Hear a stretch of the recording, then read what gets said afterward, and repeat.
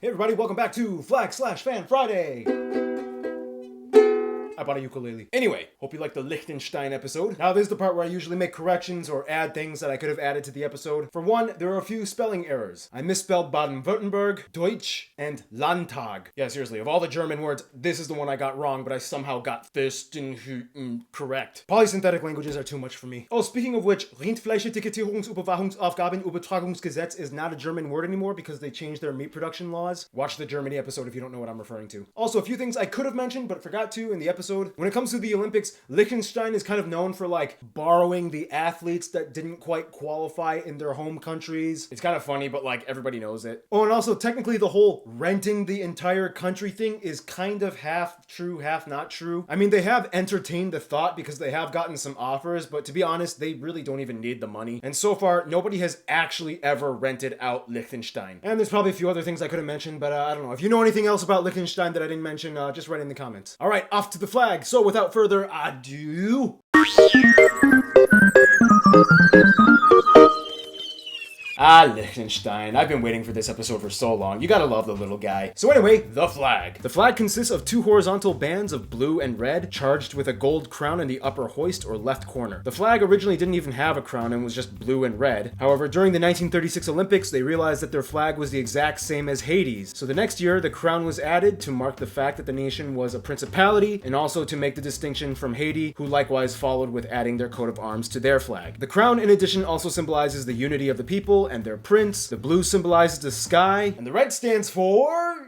the evening fires that were lit inside the houses of the country. Aw, that's like the sweetest, coziest symbol for red we've ever done. No blood this time, folks. No blood. Sorry, Ken. No animation. I think it's also important to note that you might see the gold and red flag throughout the country, which stands for the princely house or the royal family of Liechtenstein. This was actually the very first flag of the country back in 1719. Then it changed to a vertical blue and red flag, and then horizontal, and then the Haiti thing happened, and then finally we have the one we have today. And also, all around the small country, you might see these very long vertical band flags. Each of these stands for one of the 11 municipalities of Liechtenstein. They love organizing things. They're very efficient like that. Speaking of organized and efficient, the coat of arms. The coat of arms contains somewhat of a story on a shield. In the first quadrant, you find the arms of Silesia, as well as the arms of the Kunring family, the third being the arms of the Duchy of Troppau, and the fourth, the County of Freiburg in Germany. Under everything is the arms of Jägerndorf, and finally the royal seal in the center of everything. The entire shield is wrapped in a red royal mantle with fringes and gold tassels as the princely crown sits on top. The reason why the coat of arms has a bunch of images of other coat of arms on it is to symbolize the regions and families that Liechtenstein has been involved in throughout the centuries, either by conquest or marriage. Remember the episode we talked about all those palaces that they had a dispute over Czechia with? Yeah, like that. So yeah, that's about it. I mean, Liechtenstein is like a small country but has a very strongly held monarchy, and they have no problem letting you know that they have roots in this small plot of land, and they are very proud of it. Alright, so that's about it. You know what time it is? Geography fan mail time! Alright, we got quite a few things. Let's just jump into it. Alright, we're gonna start like we always do. Postcards first. Kaylin, thank you for sending this from Galway, Ireland. Nicholas sends this from Concepcion, Chile. Matthias from Switzerland visited Iceland and sent this. John, who lives in my city, Los Angeles, and there's a postcard of Hollywood. We're neighbors. Goran sends this from the Republic of Macedonia, former Yugoslav Republic of Macedonia. The name is still in dispute. They're talking with Greece, but whatever you want to call it. This place. I think your name is Sophia, and you sent this from Geneva, Switzerland. I think you wrote your name in Cyrillic. Let me see if I can read it. Alexandra y Alexei. They are a Russian couple and they live in Belgium, and they sent this from the Van Gogh Museum. And these two postcards were sent from the same two people, Gulshat, who is Russian, and Luke, who is a Canadian. They're just like traveling all over the world, and I guess they visited Denmark, and this was sent from the Zurich airport. And Lisi, who is a German exchange student, who sent this from Greenland. And a little nice Greenland sticker over there. Next up, letters. We got James from Texas. Hey Barbs, I love Geography Now. My favorite episode is Germany. At the bottom he says, for Ken, you are an awesome animator. I hope you never get fired. Well, James, I'm pretty sure Ken would appreciate that, but I can't guarantee anything because, he's been giving me a lot of attitude recently, so, he's on thin ice all the time. Nah, I'm just kidding. Okay, Caleb from Indiana. He drew Germany and the flag and the coat of arms. This is a cool letter. Jake from New Jersey said he graduated college with 2 bachelor's degrees in roughly 3.5 years. Wow. In the fall, I will begin my graduate study at the University of the Faroe Islands. Dude, Jake, you are so lucky. The only fully sovereign Nordic country I haven't been to is Norway. However, if you include the constituent countries, I would love to go to the Faroe Islands as well. I especially want to see Litla Dimun, that island that has never been inhabited, and it has like only sheep and birds on it, and it's like impossible for humans to inhabit because the cliffs are like so steep. You're gonna love it there, man. Okay, Harish from India. I'm a big fan of your show. I wanted to clarify on the Lao episode on the coat of arms, the Kingdom of Lao. The white elephant is actually a Hindu symbol called Eravat, a mythical animal which came from the ocean of milk while the gods and demons were churning for nectar. The white elephant was also the vehicle of Lord Indra in the Hindu religion. Dude, I didn't know that. You just taught me something. I just copied whatever I researched, but this was not in my research. So if this is true, cool. I learned something new. Thanks a lot, Harish.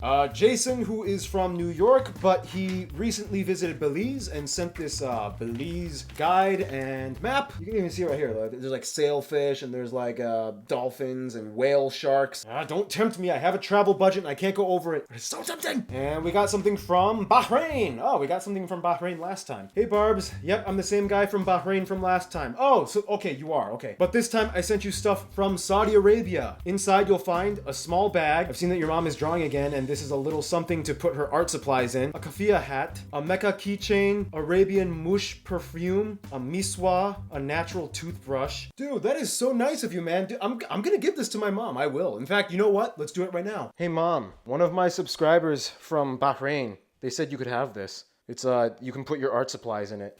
That's pretty. All right, now we have Leonard from Bulgaria. Hey, Barbs, my name is Leo. I live in Sofia, but I was born in the city of Ashkelon, Israel. Firstly, I want to say without a doubt, you are my favorite YouTuber. Thank you. Also, you have helped me with English. I am studying the language currently, and I have learned some words from your videos. Cool. I talk pretty fast, so I hope you can catch up with it. And he sent a Martinica. Dude, I always get these sent to me from Bulgarians. It's like, if you don't know what these are, you're supposed to like wrap it around your wrist in March. It's supposed to like symbolize the coming of spring or something, and there's like this old woman called Baba Marta or something. I don't know. There's like a fairy tale that goes with it. And he also wrote down the ancient Bulgarian alphabet before they started using Cyrillic. That is really, this is really cool. Wouldn't it be cool if they just like revived this all over again? That'd be kind of cool, wouldn't it? All right, we got this big box from Jamie from Australia. Look at that. Lion. Letter, says Barbie. Hey, Barbs, I've been watching you and your team since the Andorra episode. Your videos have helped me so much on my travels. This is a photo that I took in Zimbabwe, which also happens to be one of my favorite countries to visit so far. Dude, you took this picture? That is pretty cool, Jamie. That's awesome, dude. Wait, Jamie could be a unisex name. You could be a female. I don't know if you're... I just called you dude. I don't know.